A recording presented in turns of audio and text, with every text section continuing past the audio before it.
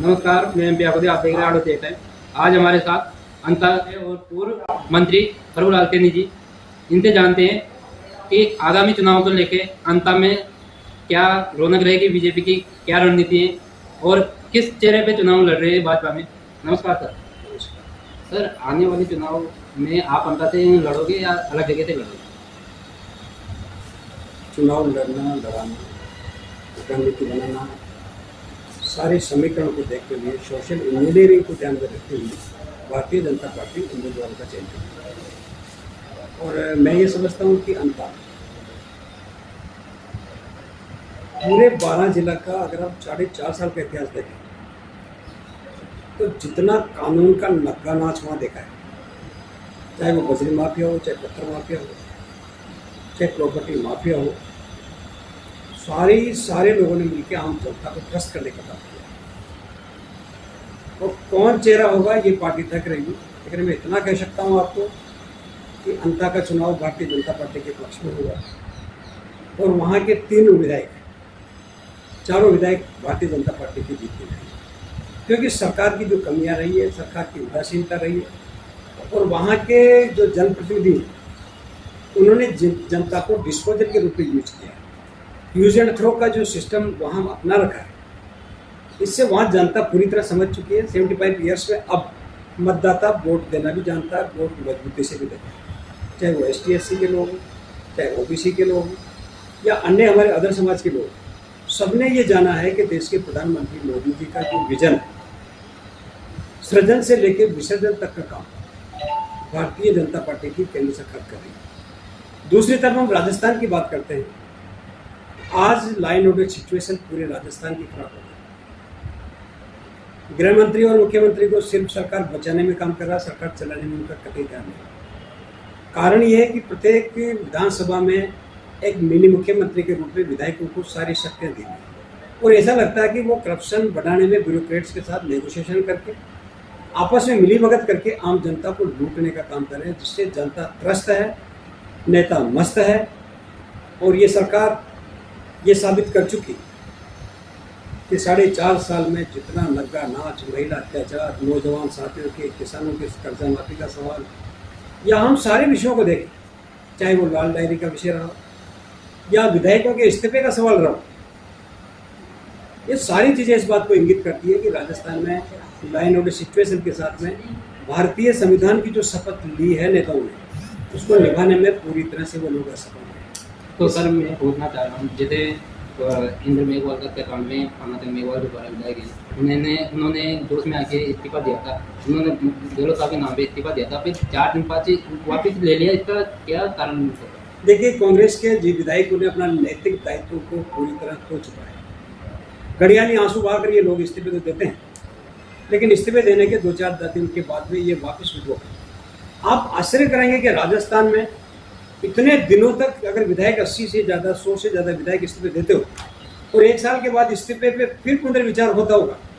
मैं कहता हूँ उनका नैतिक दायित्व बनता था कि 1 साल तक उनको किसी भी प्रकार का भत्ता जो मिलता था, वेतन जो मिलता था, उनको नहीं लेना चाहिए। कि इस्तीफा देने के बाद उनकी नैतिक स्वतः जिम्मेदारी बन गई थी, तो वो विधायक के रूप में काम नहीं कर रहे थे। इसके बावजूद भी यहाँ इस प्रकार का फैसला हुआ, इनके इस्तीफे वापस हुए, सरकार बची, नेगोशिएशन हुआ, भ्रष्टाचार हुआ और भ्रष्टाचार के नतीजे आप लोग देख रहे होंगे। राजस्थान को बर्बाद करने का काम, यानी 3 लाख करोड़ का जो 2018 में हमारे ऊपर भाजपा सरकार में जो कर्ज था राजस्थान, आज 6 लाख करोड़ से ज़्यादा बढ़ के कर्जा कर दिया।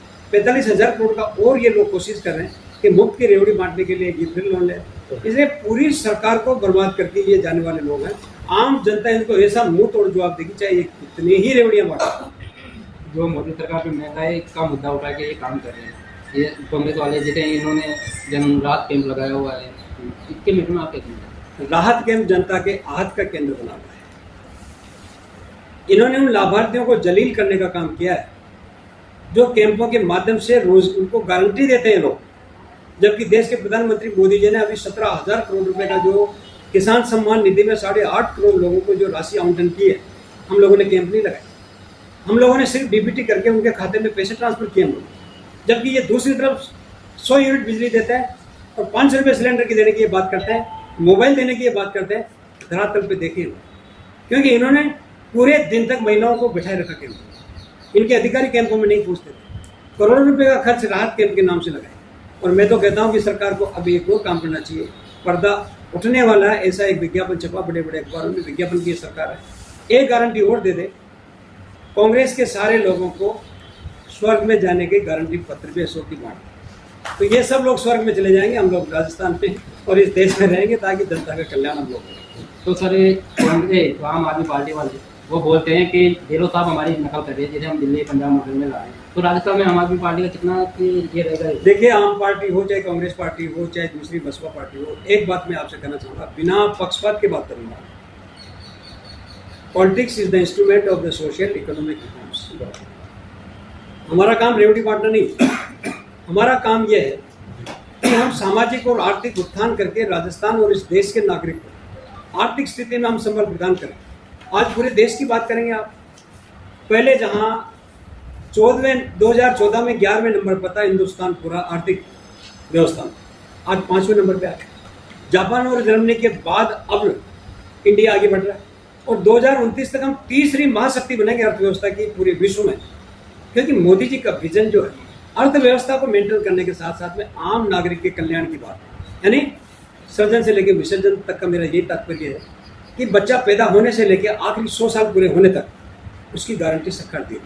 जिसके पास मकान रहने को नहीं था उसको प्रधानमंत्री आवास दे दी। 3 करोड़ ऐसे परिवार, छोटे परिवार, ST SC OBC के ऐसे परिवार 75 सालों में जिनके छत रखने के लिए मकान की छत नहीं थी। आप कल्पना करो कि उस कांग्रेस को वोट देना चाहिए। 75 वर्षों में इन्होंने आम जनता को गरीब से गरीब बनाने का काम किया, SC ST के लोगों को ठगने का काम इन्होंने किया, गुमराह इन्होंने किया। आप देखिए, बिजली का सवाल जहाँ रहा, निःशुल्क बिजली इनको मिली। आप शौचालय का सवाल रहा, 11 करोड़ महिलाओं के शौचालय मिले। गैस का सवाल रहा, जनता जल जीवन मिशन जो है, कल्पना करो कि सबके घर में नल लगे, सबको प्रधानमंत्री गरीब एक योजना में गेहूं वितरण किए जा रहे 5 किलो प्रति। इसके अलावा पढ़ने की व्यवस्था देखो, पेंशन की व्यवस्था देखो, रोजगार की व्यवस्था देखो। फिर क्या चाहते हैं? आखिर हम क्या चाहते हैं? क्या ये झूठे लॉलीपॉप दे रहे हैं? 4.5 साल तक इन्होंने क्यों नहीं दिए लॉलीपॉप? काम ये करते ना। आज अगर ये कोई भी काम सैंक्शन करते हैं तो 5 साल में पूरा नहीं होगा। आम जनता नहीं समझती क्या? ये 75 वर्षों का नौजवान भारत है, ये नौजवान राजस्थान है, ये हर बात को समझता है। कौन हमको गुमराह करता है? इसलिए हमें इस बात की चिंता नहीं करनी। और मेरा तो यह कहना, ST SC के जो लोग हैं, OBC के जो लोग हैं, आज देखिए 50 से 52% आज OBC की संख्या है। 16% के लगभग हमारे SC और ST के 12% के लगभग हमारी पॉपुलेशन। लेकिन हमको रिजर्वेशन के साथ साथ अफर्मेटिव एक्शन भी करना चाहिए, क्योंकि अगर हम विदेश में जाते हैं, वहाँ क्या कहा जाता है, अमेरिका में कहते हैं नो लंच फ्री, वहाँ लंच भी फ्री नहीं मिलता किसी। यहाँ तो पता नहीं क्या क्या फ्री दे रहे हैं। तो ये हमारी अर्थव्यवस्था को बिगाड़ने का एक बहुत षड्यंत्र है, और इस षड्यंत्र का जवाब अब आने वाले चुनाव में आम जनता देगी। ST SC के भाई सब समझ चुके हैं उनके अधिकारों के बारे में। कभी गुमराह करते हैं आपका आरक्षण कम करने वाले, कभी गुमराह करते हैं कि आपकी कदर नहीं होती। मैं कहता हूँ जितना मान सम्मान भारतीय जनता पार्टी दे रही है, क्या आप ये मानते हैं कि जो 16% और 12% आरक्षण में आप कल्पना करेंगे कि 28% आरक्षण ST SC का है, 200 में हम जोड़ते हैं तो 56 सीट्स ST SC की। लेकिन हमारी कहीं कमी रही होगी, हम नहीं जोड़ पाएंगे। आज 50% से ज़्यादा हम लोग नहीं जीत पाए SC में। अब हमारे नेताओं को आवश्यकता इस बात की है कि वो SC के बीच में, हमने कभी किसी की दर्द के नब्ज को टटोलने का काम नहीं किया। मात्र भाषण देकर, एक जुमले देकर क्या हम डाइवर्ट कर सकते हैं? आप देखिए, अब वो जमाना नहीं। इसलिए राजस्थान निश्चित रूप से बहुमत से, 3/4 बहुमत से सरकार बनेगी हमारी।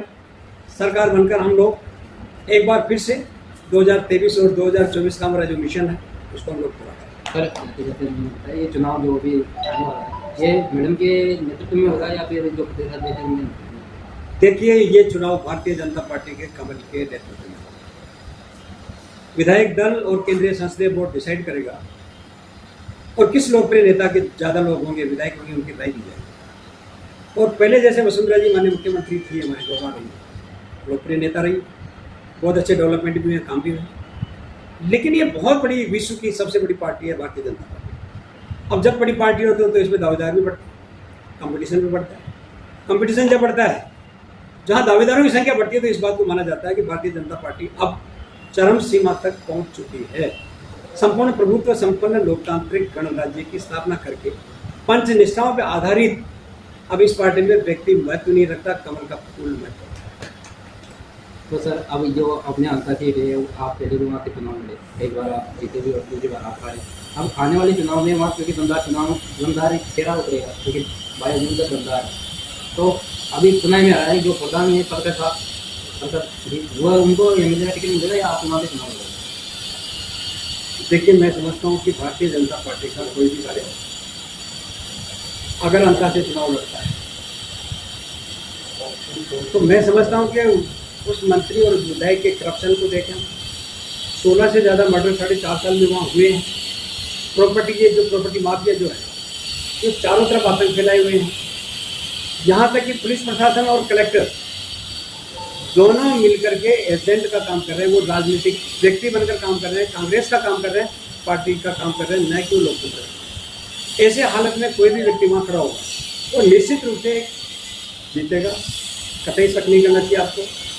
चारों सीटें हम लोग जीतेंगे। मेरा जहाँ तक सवाल उठता है, जहाँ मुझे पार्टी आदेश देगी तत्परता से चुनाव भी लड़ेंगे, आम जनता के दिल को भी छूने का काम करेंगे, उनके साथ बैठेंगे, सबकी राय लेंगे, सर्वसम्मत फैसला होगा, उसी के आधार पर राजस्थान में टिकटों का वितरण होगा। नमस्कार। अब हमने सबसे जानिए किस प्रकार आगामी चुनाव की रणनीति को लेकर चर्चा आम आदमी पार्टी, बीजेपी, कांग्रेस सब पार्टियां सब दल लगे हुए हैं और अंत में जो आड़ोती की 4 सीट में से एक सीट मानी जाती है उस पर सर की राय है। जो पार्टी आलाकमान जिस कार्यकर्ता को चुनाव टिकट देगी, जो चुनाव लड़ाएगी वही चुनाव लड़ेगा। आप बने रहे आड़ोती।